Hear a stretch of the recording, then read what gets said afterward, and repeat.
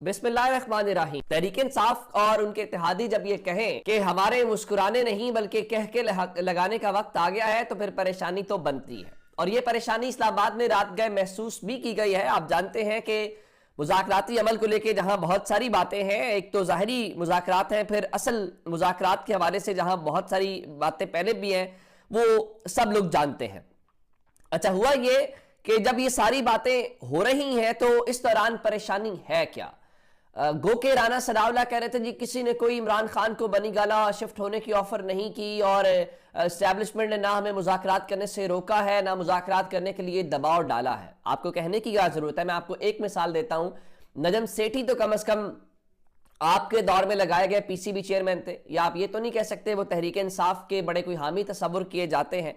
तो अगर नजम सेठी जो है वो कहें कि एस्टैब्लिशमेंट ने मुज़ाकरात के मामले पर हुकूमत को मुकम्मल तौर पे ऑन बोर्ड नहीं लिया और इस वजह से हुकूमत घबराई हुई है, तो मुझे ये बताइए कि पीछे बात क्या रह जाती है कि जब आपके अपने लोग ये कहना शुरू कर दें कि आपको किसी तौर पे नहीं बताया गया और आप घबराए हुए भी हैं। अच्छा, अब जब ये बातें हो रही थी तो इस सब के बीच में एक और जो मामला असल में आया वो क्या था?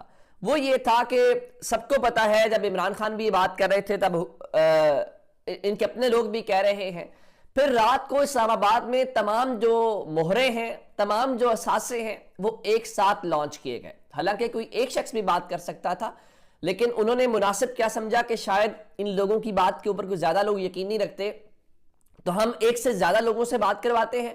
एक तो माहौल भी बन जाएगा और दूसरा ये होगा चले उसको जितने उसकी बात पे यकीन कर लेते हैं जितने दूसरे की, जितना तीसरे, इस तरीके से।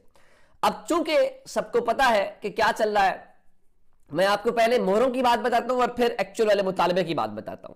सैयद तलत हुसैन ने रात 12 बजे जाके ट्वीट किया। अंदाजा कीजिए कि रात को भी नींदें नहीं आ रही थी, इतनी परेशानी है। लिखा जी, नो बैकडोर टॉक्स और एंगेजमेंट विद इमरान। उनका जी इमरान खान से किसी किस्म की कोई एंगेजमेंट या पीछे मुज़ाकरात नहीं हो रहे। No offer has ever been made to him about any compromise और वे आउट। उनको कभी किसी किस्म की कोई ऑफर की ही नहीं गई। ऑल लाइज, सब झूठ है। The only talks that are taking place are the ones that involve the government and the other side, the rest is just fiction, say high ranking security officials. उनके मुताबिक बस सिर्फ वही मुज़ाकरात हो रहे हैं जहां पे हुकूमत और तहरीक इंसाफ बैठी हुई है, बाकी सब जो है वो अफसाने हैं और उन्हें हाई रैंकिंग सिक्योरिटी ऑफिशियल ने बताया है। चले, अब इन्होंने जब 12 बजे ट्वीट किया तो एक्चुअली 10 या 15 मिनट के बाद एक और ट्वीट करवाया जाता है या किया जाता है। वो ट्वीट करते हैं कामरान शाहिद, जो दुनिया न्यूज पे शो करते हैं। अब टाइम जरा देखिएगा, ये 10-12 मिनट का या 15 मिनट का फर्क आया। लिखा जी, according to credible security sources contrary to social media speculations there are no backdoor talks between establishment and Imran Khan. उनके मुताबिक जी उनकी सिक्योरिटी के जो मुस्तनद जराए हैं, उनके मुताबिक जो इस वक्त सोशल मीडिया के ऊपर चहमगोइयां हो रही हैं उससे मुतजाद किसी किस्म की इमरान खान और एस्टैब्लिशमेंट के दरमियान कोई बातचीत नहीं हो रही।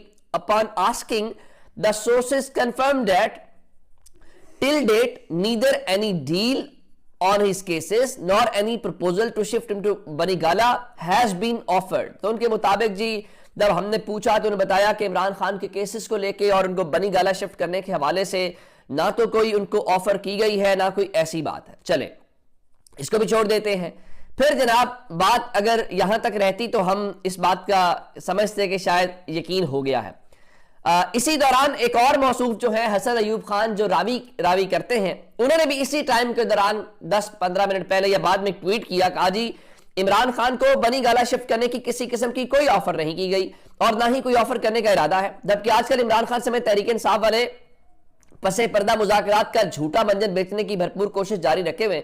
सोचने की बात है जो ऑन रिकॉर्ड हुकूमत के साथ मुज़ाकरात किए जा रहे हैं उनमें हुकूमत को इन पर एतमाद नहीं, इसलिए उन्हें कहा गया है कि जो भी आपके मुतालिबात हैं वो तहरीरी तौर पे दिए जाए। मेरा सिर्फ सवाल ये है, हसन अयूब, तलत हुसैन और कामरान शाहिद, एक तो बड़ी जाती है, इन लोगों को पता चल गया कि ये असासे किनके हैं, ये मोहरे किनके हैं। ये भी चले इनकी मेहरबानी है कि ये एक साथ इनसे करवा के लोगों के तमाम शकूक व शुबहात दूर कर देते हैं, पहली बात। दूसरी बात यह है कि ये कैसे मुमकिन हो गया कि एक ही वक्त के अंदर 3 लोग चेक कर रहे थे और एक ही वक्त के अंदर 3 लोगों को उनकी खबर मिली और फिर एक ही वक्त के अंदर उन तीनों लोगों ने ट्वीट करके बता दिया, जी जी हम आपको बताते हैं जनाब ऐसा कुछ नहीं हो रहा।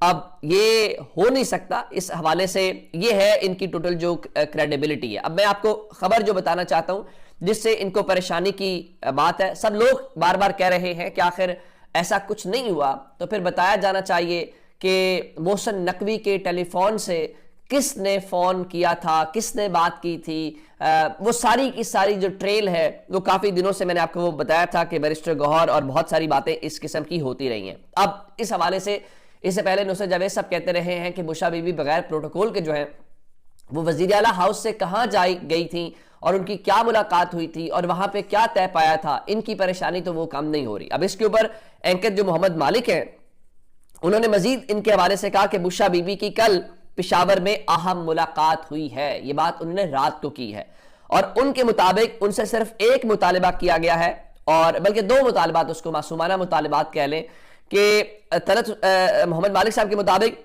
दूसरी तरफ से कहा गया कि अलीमा खान को मुज़ाकराती अमल से दूर रखें। अब सिर्फ इतनी डिमांड बुशरा बीबी से, ज़ाहिर है उनकी बात पहुंचाने का मकसद तो ये था कि इमरान खान तक बात पहुंचे, और आजकल तो बुशरा साहबा की इमरान खान से मुलाकातें भी करवाई जा रही हैं। तो उनके मुताबिक उनसे कहा गया है कि अलीमा खान को मुज़ाकराती अमल से दूर रखें और इमरान खान को कहें कि इस्टेब्लिशमेंट पर जो तनकीद है वो कम करें।